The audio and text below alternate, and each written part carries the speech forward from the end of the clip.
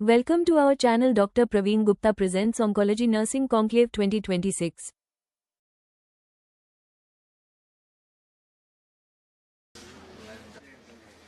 Again my topic is post operative splinting. Post operative splinting के बारे में nurses को जानना बहुत ज़रूरी है, क्योंकि पोस्ट ऑपरेटिव स्प्लिंट में कई सारे कॉम्प्लिकेशंस होते हैं जिसके बारे में अपने को जानना बहुत ज़रूरी है। Introduction: post operative splinting is the temporary immobilisation of a limb after orthopedic surgery to protect surgical repair and promote healing. What is splint? A splint is a rigid or semi-rigid device applied externally to stabilize a body part injury of surgery. Importance of post-operative splinting: reducing pain, control swelling, protects internal fixation, promotes proper alignment and prevent deformity, immobilization, operated area, maintain anatomical position and support soft tissue healing. Splint versus काट सबसे बड़ी problem है। कई बार लोग मुझसे पूछते हैं splint और कास्ट में क्या डिफरेंस होता है। तो स्प्लिंट और कास्ट में सबसे मेजर डिफरेंस तो ये होता है कि जो स्प्लिंट है वो एक साइड से बांधी जाती है और जो कास्ट होती है उसको चारों तरफ लपेट करके बांधी जाती है। तो इसमें सबसे बड़ी प्रॉब्लम ये आती है कि अगर पोस्ट ऑपरेटिव या कोई ट्रॉमा के बाद में अगर अपने कास्ट को बांधते हैं तो उसमें स्वेलिंग को ग्रो करने के लिए जगह बहुत कम मिल पाती है और उसमें स्वेलिंग ग्रो नहीं कर पाती है। तो उसकी वजह से कई बार कंपार्टमेंट सिंड्रोम के चांसेस ज़्यादा हो जाते हैं और स्प्लिंट के अंदर वो अलाउ करती है अपने को स्वेलिंग को। तो इस वजह से स्प्लिंट ज़्यादा बेटर मानी जाती है और इजी टू रिमूवल होती है, जबकि कास्ट को काटने के लिए अपने को उसको कटिंग टील की या फिर कटर की ज़रूरत पड़ती है। Common orthopaedic surgery require splinting क्यों जरूरी होती है? फ्रैक्चर फिक्सेशन के लिए जरूरी होती है, टेंडन रिपेयर के लिए जरूरी होती है, लिगामेंट रिपेयर अगर अपन करते हैं तो उनके लिए जरूरी होती है, जॉइंट रिप्लेसमेंट में कई बार जरूरी होती है। डिपेंड करता है कौन से जॉइंट को किस तरीके से। अगर लॉन्ग अपन जॉइंट रिप्लेसमेंट करते हैं, क्योंकि ट्रॉमा के अंदर तो अपन जॉइंट रिप्लेसमेंट में इसकी जरूरत नहीं होती, लेकिन अगर अपन ऑर्थोपेडिक में है तो ट्रॉमा डिपेंड करता है ट्यूमर की साइज के ऊपर, तो उस हिसाब से अपन इसको अप्लाई करते हैं। और करेक्टिव ऑस्टियोटोमी एसेंशियल मटेरियल, इसके लिए सबसे ज़्यादा मटेरियल क्या क्या चाहिए? तो स्टॉकिनेट चाहिए, पैडिंग चाहिए, स्प्लिंटिंग मटेरियल जैसे पीओपी है, फाइबर ग्लास है, इलास्टिक बैंडेज है और रूम टेम्परेचर पर वाटर चाहिए।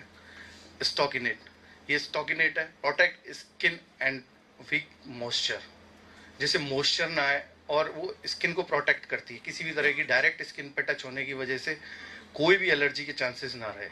पैडिंग, जब भी स्प्लिंटिंग करते हैं तो पैडिंग बहुत अच्छे से करनी होती है, क्योंकि बोनी प्रेमिसेस होते हैं, कई बार शार्प बोनी प्रेमिसेस होते हैं तो वो चुभने के और इनके चांसेस ज़्यादा बनते हैं। तो इसकी वजह से पैडिंग करना बहुत ज़रूरी है।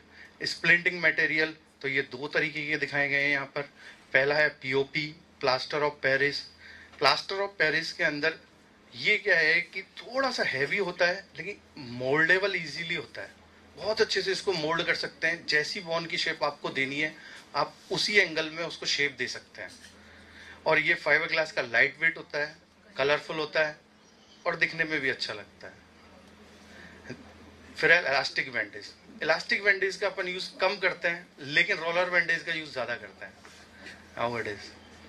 अब टाइप्स ऑफ स्प्लिंट आती है, तो सबसे पहले अपन अपर लिम्ब के लेते हैं। कौन कौन से अपर लिम्ब में स्लैब यूज करते हैं जनरली? तो सबसे पहले वोलार स्लैब जो कार्पल फ्रैक्चर के लिए यूज़ किया जाता है, इसमें रिस्ट को 10 से 20 डिग्री तक एक्सटेंशन रखते हैं। फिर है थंब स्पाइका, इसके अंदर भी 15 से 20 डिग्री एक्सटेंशन रखना है। फिर है शुगर टोंग, इसको नेचुरल कंडीशन में 90 डिग्री पर फोल्ड करके रखते हैं, जो अपना नेचुरल होता है। ये डिस्टल और रेडियस की सर्जरी में जनरली देखने को बहुत ज़्यादा मिलता है। फिर है अल्नर गटर, तो ये मेटाकार्पल सर्जरीज में यूज़ किया जाता है और इसमें 70 टू 90 डिग्री फ्लेक्सेशन रखा जाता है। इसके बाद में आते हैं लोअर लिम्ब के, तो लोअर लिम्ब में आता है पोस्टीरियर एंकल, जो एंकल रिपेयर के लिए आता है। इसमें 90 डिग्री वो भी जो अपना नॉर्मल होता है रूटीन एंकल का, तो वही बेंड रखते हैं, इससे ज़्यादा बेंड नहीं रखना होता है। फिर है यू स्लैब, जैसा कि पिक्चर में देख सकते हैं। फिर है बल्की जॉइंट। बल्की जॉइंट का काम ये होता है, बल्की जॉइंट का मतलब कि इसमें एक से ज़्यादा जॉइंट को रेस्ट्रिक्ट किया जाता है। तो इसलिए बल्कि जॉइंट यूज किया जाता है जो लार्ज रहता है और इसके अंदर खूब ज्यादा कॉटन वगैरह यूज की जाती है।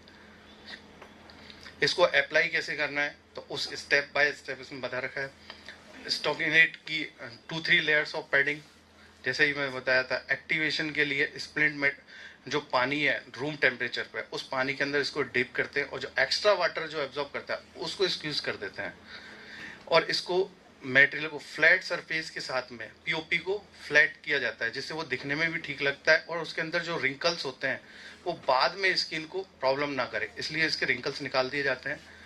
मोल्डिंग करते समय सबसे इंपॉर्टेंट अपने को याद रखना है कि फिंगर का यूज नहीं करना है। अगर फिंगर आपने यूज कर ली और उसके अगर प्रेशर पॉइंट बन गए तो कंपार्टमेंट सिंड्रोम होना बहुत जरूरी है।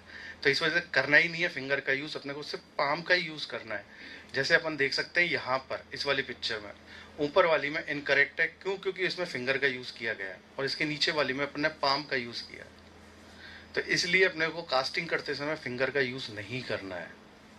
कॉम्प्लिकेशन, तो कॉम्प्लिकेशन में कंपार्टमेंट सिंड्रोम, जिसके बारे में हमको सुषमा सिस्टर बता चुकी है। कंपार्टमेंट सिंड्रोम में इंक्रीजिंग पेन बहुत ज़्यादा होता है और पैसिव स्ट्रेच वगैरह के लिए। थर्मल इंजरी, तो प्लास्टर ऑफ पेरिस जो होता है या फाइबर ग्लास जो होता है उसको नॉर्मल टेम्परेचर पे यूज, वाटर को नॉर्मल टेम्परेचर पे यूज करना चाहिए।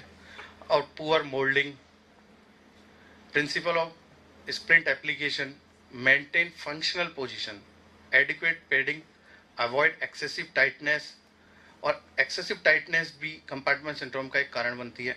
Expose fingers toes for circulation check, ये सबसे जरूरी है। अपन को जहां भी आपने लिम्ब में, या तो अपर लिम्ब में या लोअर लिम्ब में प्लास्टर किया है, उसको कास्ट किया, और कास्ट को अगर आपको बाद में कैसे पता करना है कि कलर तो चेंज नहीं हो रहा है या फिर कोई स्वेलिंग तो नहीं हो रही है, तो उन सब के लिए फिंगर और टोज को बाहर रखना, बहुत एक्सपोज रखना बहुत जरूरी होता है।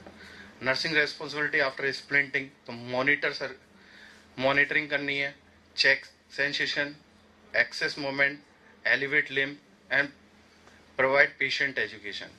Sign of complication, severe pain, increasing swelling, numbness, cold extremities, blushing, discolouration.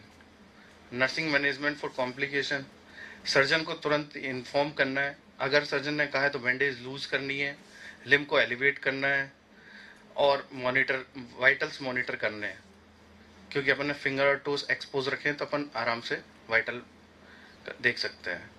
Patient education में सबसे पहले तो ये बताना, अगर 48 आवर्स में अगर उनको उस लिम्ब में कोई प्रॉब्लम होती है तो तुरंत हमें बताएं। दूसरा, नहाती समय उस प्लास्टर को गीला, कास्ट को गीला ना करे, तो उसके लिए वो पॉलीथीन वगैरह यूज कर सकते हैं। दूसरा, नॉन स्टिकी रूल है।